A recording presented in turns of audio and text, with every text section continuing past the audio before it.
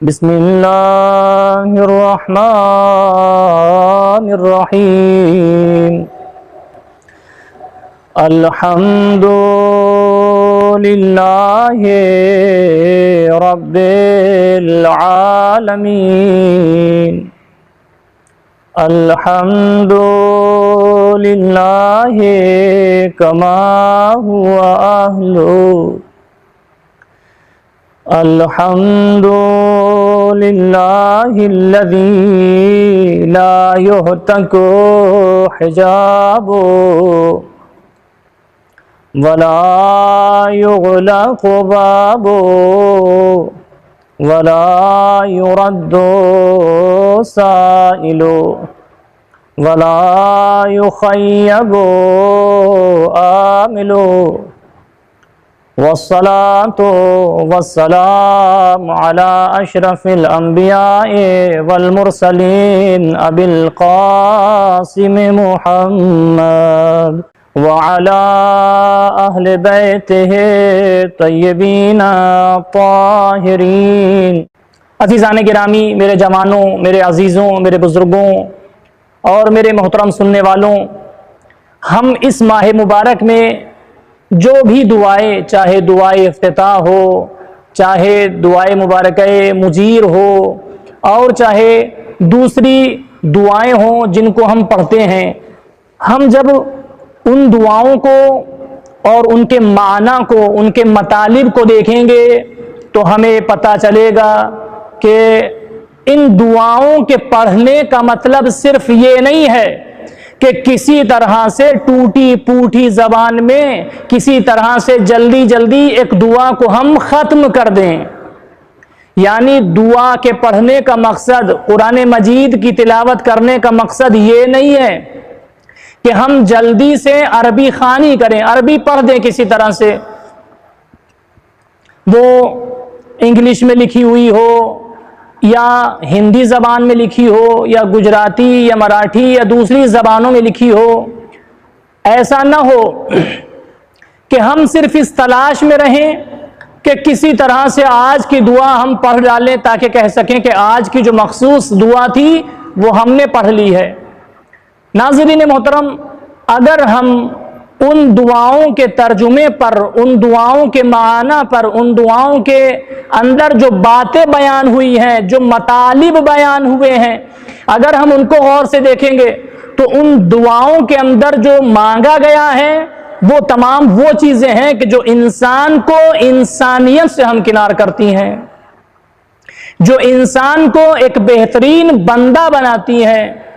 ہم روزمرہ کی پڑھے جانے والی دعاؤں میں بہت ساری باتیں طلب کرتے ہیں، ان میں سے ہم کہتے ہیں پروردگار مجھے غافلوں کی نیند سے بیدار کر دے، مجھے بہترین قیام کرنے والوں جیسا بنا دے، مجھے اچھے لوگوں کے ساتھ رہنے کی توفیق عطا فرما، مجھے برے لوگوں سے بچنے کی توفیق عطا فرما، ان کی بری صفات سے محفوظ رہنے کی توفیق عطا فرما۔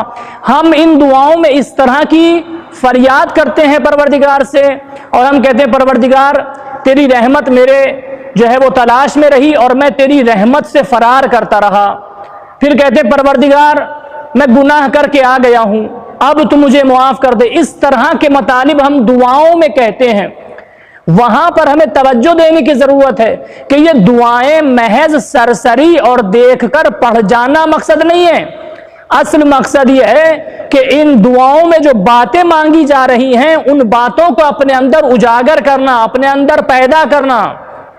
وہ جو بہترین صفات ان دعاؤں میں مانگے جا رہے ہیں ان صفات کو اپنے اندر پیدا کرنا، اس بات کی ضرورت ہے عزیزان گرامی۔ اس لیے کہ کسی چیز کو صرف یوں ہی سن کر دیکھ کر گزر جانا یہ انسان ہونے کی دلیل نہیں ہے۔ توجہ کیجئے گا میرے ناظرین کرام، آئیے قرآن مجید کو پڑھتے ہیں۔ قرآن مجید میں ارشاد ہو رہا ہے، بسم اللہ الرحمن الرحیم، سورہ اعراف سورہ نمبر 7 اور اس کی آیت نمبر 179، اس میں ارشاد ہوا وَلَقَدْ ذَرَأْنَا لِجَهَنَّمَ كَثِيرًا مِنَ الْجِنِّ وَالْإِنسِ۔ توجہ رکھیں ناظرین کرام، ہمیں اس ماہ مبارک میں جو اعمال کرنا ہے وہ سمجھ کے کرنا ہے۔ ہمیں جو باتیں مانگنا ہے ان کے اپنے اوپر جو ہے وہ جاری کرنا ہے، ان کو اپنے اندر پیدا کرنا ہے۔ اگر ویسے ہی سن کے گزر جائیں، ویسے ہی دیکھ کر گزر جائیں، تو سنیے قرآن مجید ان کے بارے میں کیا فرماتا ہے۔ قرآن مجید میں ارشاد ہے وَلَقَدْ ذَرَأْنَا لِجَهَنَّمَ كَثِيرًا مِنَ الْجِنِّ وَالْإِنسِ، انسانوں میں سے اور جنوں میں سے بہت سے لوگ ایسے ہیں کہ جن کو ہم نے پیدا کیا ہے، کاہے کے لیے؟ دوزخ کے لیے پیدا کیا ہے۔ ہم نے بہت سے انسانوں کو اور جنوں کو، ہم نے انسانوں اور جنوں میں سے بہت سوں کو دوزخ کے لیے، آگ کے لیے، جہنم کے لیے پیدا کیا ہے۔ یعنی کیا مطلب؟ پروردگار نے کیا انسان کو اس لیے پیدا کیا تھا؟ نہیں، یہاں پہ پروردگار انسانیت کی حالت بیان کر رہا ہے کہ گویا کچھ انسان ایسے ہیں کہ جن کے اعمال دیکھ کر، جن کا بولنا دیکھ کر، جن کا اٹھنا بیٹھنا دیکھ کر، جن کا پہناوا دیکھ کر، جن کے گھر کا ماحول دیکھ کر، جن کے بولنے کا انداز دیکھ کر ایسا لگے گا کہ جیسے ان کو تو بنایا ہی دوزخ کے لیے گیا ہے۔ تو پروردگار نے دوزخ کے لیے بنایا نہیں تھا عزیزان گرامی، پروردگار نے دوزخ کے لیے بنایا نہیں تھا، لیکن انسانوں نے اپنی زندگی کو ایسا کر لیا کہ جب ان کی زندگی کا نتیجہ کار دیکھا جائے گا، ان کا آخر دیکھا جائے گا، تو ایسا لگے گا جیسے ان کو بنایا ہی دوزخ کے لیے گیا ہے۔ نہیں تو پروردگار اپنے بندوں سے بہت زیادہ محبت کرنے والا ہے، اس نے انسانوں کو دوزخ کے لیے بنایا نہیں تھا۔ جیسے آپ دیکھیں، مثال دی جائے اگر اس بات کو واضح کرنے کے لیے، ایک انسان، ایک لکڑی کا کام کرنے والا، ایک بڑھئی کہ جو لکڑی سے کرسی بناتا ہے، الماری بناتا ہے، صوفے بناتا ہے، بیڈ بستر بناتا ہے، فرنیچر بناتا ہے، وہ انسان جب بازار میں جاتا ہے اور بازار میں جانے کے بعد لکڑی خرید رہا ہو، آپ اس سے پوچھیں کہ بھائی لکڑی کس لیے خرید رہے ہو، تو اس کا جواب کیا ہوگا؟ اس کا جواب یہ ہوگا کہ میں لکڑی کرسی بنانے کے لیے خرید رہا ہوں، میں یہ لکڑیاں صوفے بنانے کے لیے خرید رہا ہوں، فرنیچر بنانے کے لیے خرید رہا ہوں۔ اب جب یہ انسان بازار سے لکڑی خرید کر اپنی دکان پر، اپنے کارخانے پر لے کر آ جائے اور اس سے کرسیاں بنانا شروع کر دے، اس سے صوفے بنانا شروع کر دے، اب آپ اس کے پاس جا کے دیکھیے کہ یہی انسان شام کے وقت کچھ لکڑیوں کو آگ لگا رہا ہوگا، کچھ کو جلا رہا ہوگا۔ آپ اس سے پوچھیں کہ ہم نے جب آپ سے پوچھا تھا تو آپ نے تو یہ کہا تھا کہ میں کرسی بنانے کے لیے لکڑی خرید رہا ہوں، میں صوفہ بنانے کے لیے لکڑی خرید رہا ہوں، میں فرنیچر بنانے کے لیے لکڑیاں خرید رہا ہوں، اب تم ان لکڑیوں کو جلا کیوں رہے ہو؟ تو وہ جواب دے گا کہ میں جب بازار گیا تھا تو میرا لکڑیاں خریدنے کا مطلب یہی تھا کہ میں اس سے فرنیچر بناؤں، کرسیاں بناؤں، میز بناؤں، لیکن جب میں نے اپنی لکڑی سے کرسی میز وغیرہ بنا لی تو میں نے دیکھا اس میں کچھ لکڑیاں میرے کام کی نہیں ہیں، جن مقصد کے لیے میں لکڑیاں لایا تھا اس مقصد کی نہیں ہے، کچھ آڑی ٹیڑھی ہیں، کچھ خراب ہیں، کچھ جو ہے وہ خراب ہو گئی ہیں، کچھ میں یہ عیب پایا جا رہا ہے، کچھ میں وہ عیب پایا جا رہا ہے، لہٰذا جو لکڑیاں میرے مقصد کو پورا نہیں کر رہی ہیں، توجہ رکھیں، جو لکڑیاں میرے مقصد کو پورا نہیں کر رہی ہیں، جن لکڑیوں میں یہ صلاحیت نہیں کہ ان سے کرسی بن سکے، ان سے صوفہ بن سکے، وہ انسان کے کام آ سکیں، انسان کو سکون دے سکیں، میں ان لکڑیوں کو جلا رہا ہوں۔ تو یہ انسان ابتدا میں لکڑیاں جلانے کے لیے خریدنے نہیں گیا تھا، لیکن جب لکڑیاں خرید چکا اور اس سے اپنا مقصد حاصل کر چکا اور اس میں دیکھا کہ کچھ لکڑیاں ایسی ہیں کہ جو میرے مقصد کو پورا نہیں کرتی ہیں، لہٰذا ان کو جلا دیا۔ سمجھ میں آیا کہ جب کوئی چیز بنائی جاتی ہے، جب کوئی چیز لی جاتی ہے، اگر وہ مقصد کو پورا کر دے تو اس کو سجا کے رکھا جاتا ہے، اس کو سجا کے رکھا جاتا ہے، لیکن اگر مقصد کو پورا نہ کرے تو اس کو جلا دیا جاتا ہے۔ تو دیکھیے مقصد تخلیق بشر کیا ہے، انسانیت کو پیدا کرنے کا مقصد کیا ہے، انسان اور جنوں کو کیوں پیدا کیا گیا ہے، کیوں خلق کیا گیا ہے۔ ارشاد ہوا بسم اللہ الرحمن الرحیم، سورہ ذاریات میں فرمایا وما خلقت الجن والانس الا ليعبدون، میں نے جنوں کو اور انسانوں کو عبادت کے لیے پیدا کیا۔ اور دوسری اس سورہ اعراف کی آیت میں کہہ رہا ہے پروردگار کہ میں نے بہت سے جنوں اور انسانوں کو دوزخ کے لیے پیدا کیا۔ دو آیتیں ہیں، ایک آیت میں اللہ فرما رہا ہے کہ میں نے عبادت کے لیے پیدا کیا، اور ایک آیت میں فرما رہا ہے میں نے دوزخ کے لیے پیدا کیا۔ تو کیا مطلب ہے؟ اس کا مطلب یہ ہے کہ انسان کو پیدا کرنے کا پہلا مقصد عبادت ہے، لیکن جب انسان عبادت کے راستے سے ہٹ جائے، جب انسان خدمت خلق سے ہٹ جائے، جب انسان اطاعت پروردگار سے ہٹ جائے، جب انسان فرامین معصومین پر عمل نہ کرے، جب انسان اپنے پروردگار کو بھولنے لگے، جب انسان گناہوں کے راستوں پہ لگ جائے، جب انسان گری ہوئی حرکتیں کرنے لگے، جب انسان بری صفات کے ملوث ہو جائے، تو پھر اس انسان کا نتیجہ یہی ہوگا، اس انسان کا آخر انجام یہی ہوگا کہ اس کو دوزخ میں جلا دیا جائے گا۔ کیوں؟ چونکہ اس نے اس مقصد پہ عمل نہیں کیا کہ جس کے لیے اس کو بنایا گیا۔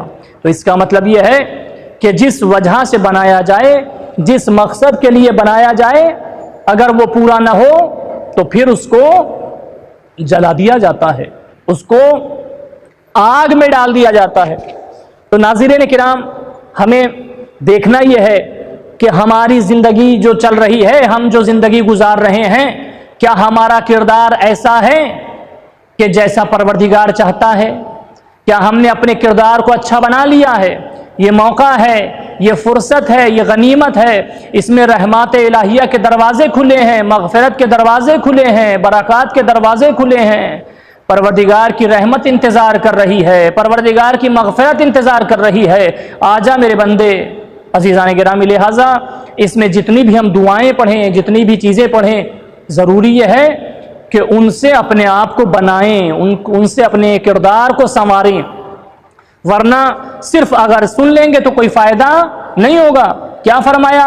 وَلَقَدْ ذَرَأْنَا لِجَهَنَّمَ كَثِيرًا مِنَ الْجِنِّ وَالْإِنسِ، بتحقیق ہم نے بہت سے جنوں اور انسانوں کو جہنم کے لیے پیدا کیا ہے، دوزخ کے لیے پیدا کیا ہے۔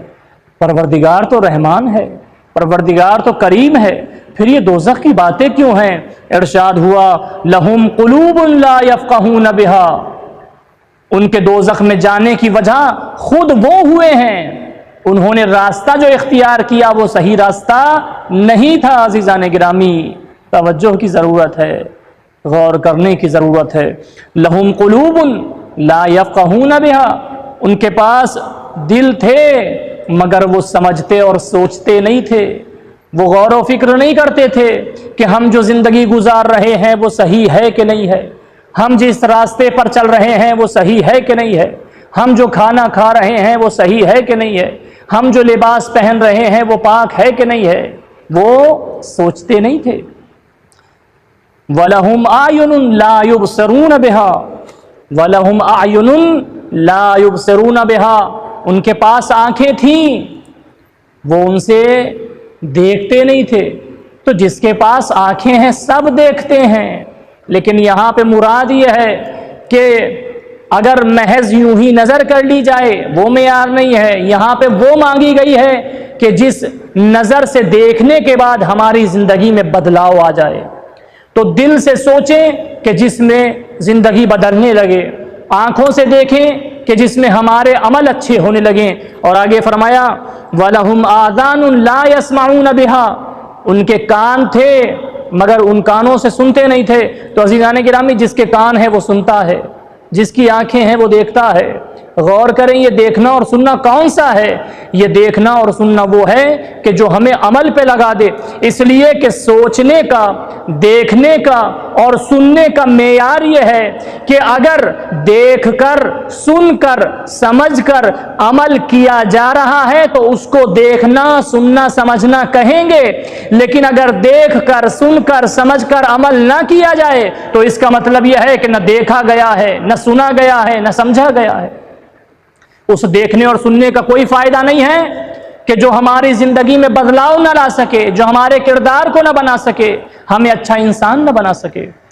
اور آپ بارہا دیکھتے ہیں، آپ جس وقت جو ہے وہ کسی اپنے ہی بیٹے سے کہتے ہیں کہ بیٹا مجھے پانی لا دو، اور تھوڑی دیر تک آپ کے لیے پانی نہیں آتا، پھر سے آپ کہتے ہیں کہ بیٹا پانی لا دو، اور آپ کے لیے جواب نہیں آتا ہے، پھر سے آپ تکرار کرتے ہیں کہ مجھے پانی کی ضرورت ہے، اور جب آپ کے لیے پانی حاضر نہیں ہوتا تو آپ غصے میں ایک جملہ کہتے ہیں کہ میں تم سے بار بار کہہ رہا ہوں کہ مجھے پانی کی ضرورت ہے اور تم میری بات کو سن نہیں رہے ہو۔ تو جوان جواب یہ دیتے ہیں، پلٹ کے کہتے ہیں کہ ہم نے آپ کی بات کو سن لیا ہے، لیکن آپ کہتے ہیں کہ تم بہرے ہو، تم نے نہیں سنا۔ کیوں کہتے ہیں آپ اپنے بیٹے کو کہ تم بہرے ہو، تم سنتے نہیں ہو؟ اس لیے کہتے ہیں کہ آپ کے سنے ہوئے پر عمل نہیں ہوا ہے۔ اس کا مطلب یہ ہے کہ جس سنے ہوئے پر عمل نہ ہو اس کو سننا نہیں کہا جاتا۔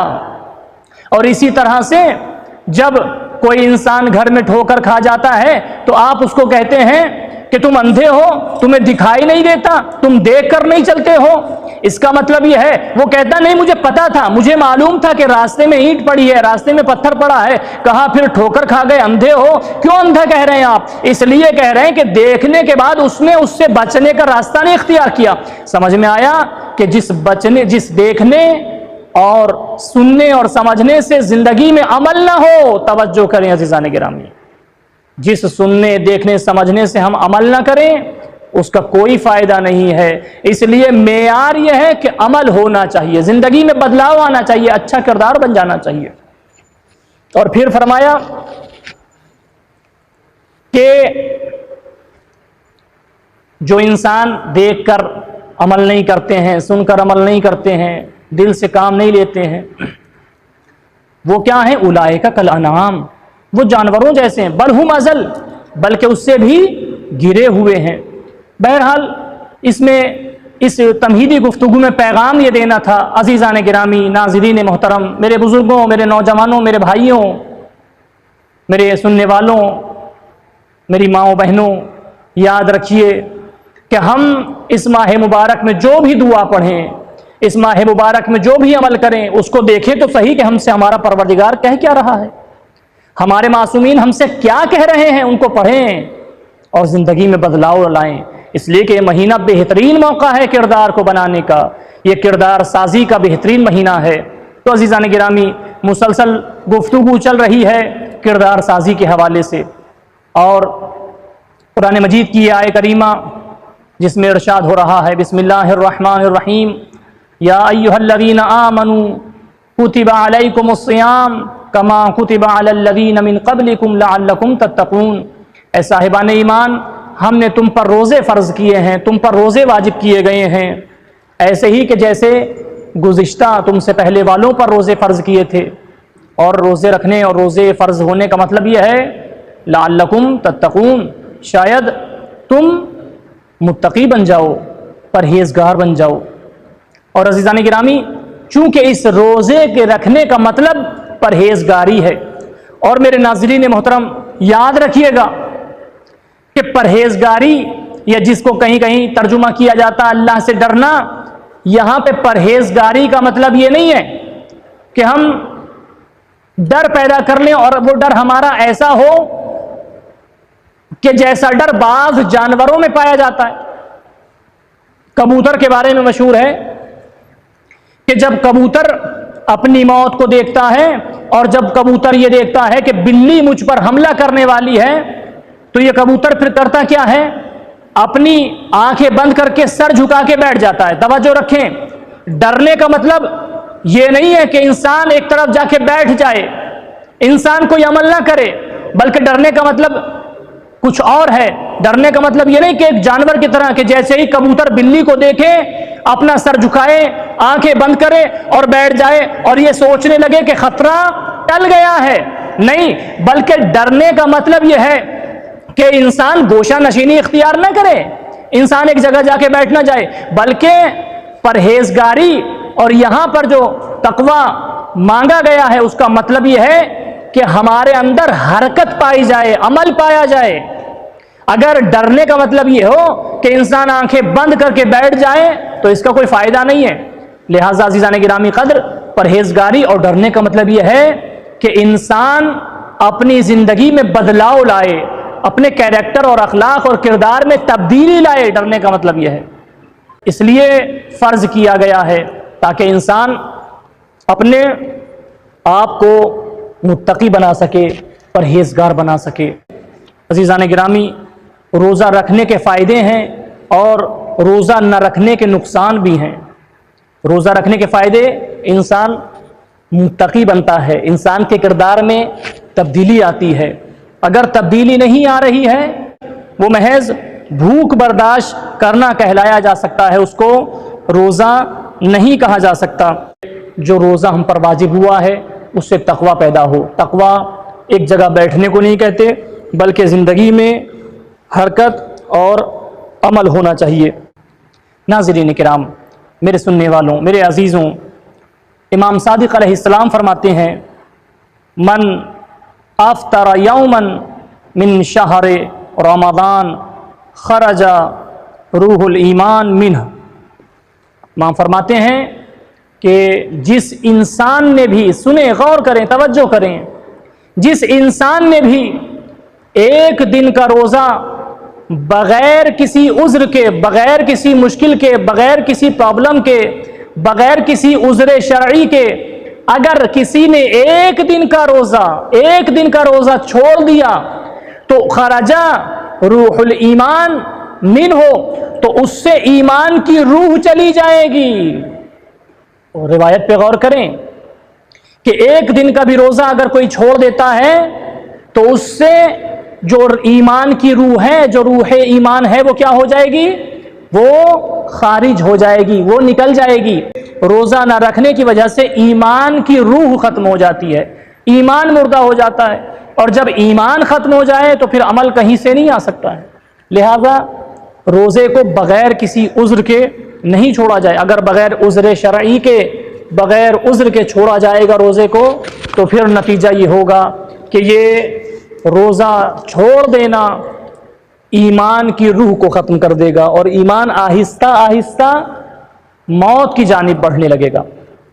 اور جب ایمان ختم ہو جائے گا، ایمان مر جائے گا، تو پھر عمل نہیں آ سکتا، پھر کردار نہیں آ سکتا۔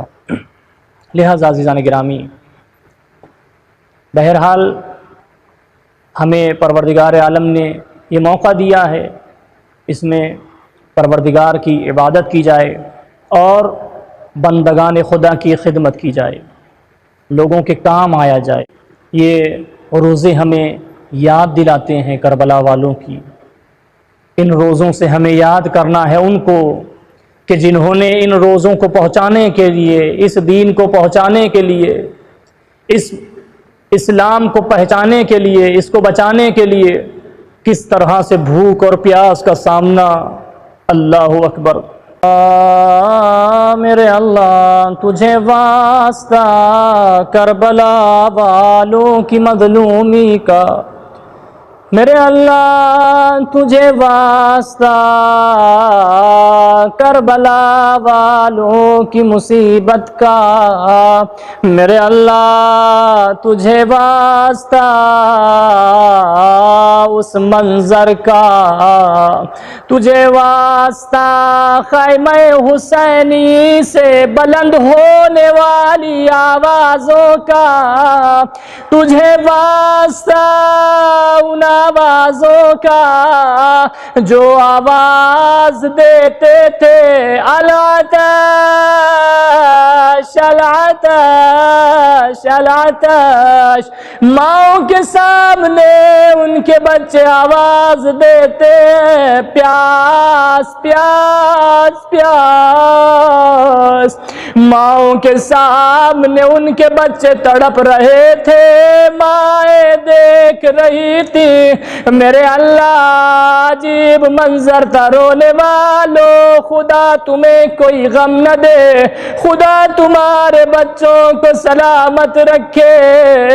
میرے اللہ وہ بچے جو العطش العطش کی صدائیں بلند کر رہے تھے، مولا عباس جب پانی لینے گئے اور آپ کی شہادت ہو گئی، بچے خیموں کے دروازے پر کھڑے انتظار کر رہے تھے، اب پانی آنے والا ہے۔ سکینہ بچوں کو دلاسا دے رہی تھی، بچوں اب رونے کی ضرورت نہیں ہے، بچوں اب پیاس زیادہ دیر نہیں رہے گی، بس پانی آنے والا ہے، میرے امو پانی لانے والے ہیں۔ اللہ سکینہ نے دیکھا علم آ رہا ہے، بچوں کو بلایا، بچوں کو آواز دی، آ جاؤ بچوں آ جاؤ، کوزے لے کر آ جاؤ، دیکھو علم نظر آنے لگا، دیکھو پانی آنے والا ہے، مگر اللہ میرے اللہ، ارے جب علم نزدیک آ گیا سکینہ نے دیکھا علم ہے، علمدار نہیں ہے۔ ایک مرتبہ مولا حسین سے لپٹ کے فرماتی ہے، میرے بابا میرے بابا، میرے امو کیا ہوئے؟ کہا میری لاڈلی فرات پہ بازو کٹائے سو رہے۔ میرے اللہ تجھے واسطہ معصومہ کا، ان پیاسے بچوں کا میرے اللہ امام زمانہ کے ظہور میں تعجیل فرما۔ میرے اللہ یہ مومنین تیری بارگاہ میں دست بدعا ہیں، ان کی دعاؤں کو مستجاب فرما۔ الہی ان میں جو بے روزگار ہیں ان کو روزگار عطا فرما، جو برسر روزگار ہیں ان کے روزگار میں ترقی عطا فرما۔ الہی تجھے واسطہ محمد وآل محمد کا جو بیمار ہیں ان کو شفا عطا فرما۔ الہی یہ بلا جو عالم انسانیت کو گھیرے، الہی اس بلا سے عالم انسانیت کی حفاظت فرما۔ الہی مقامات مقدسات کی حفاظت فرما، علماء کرام، مراجع کرام، مومنین کرام کی حفاظت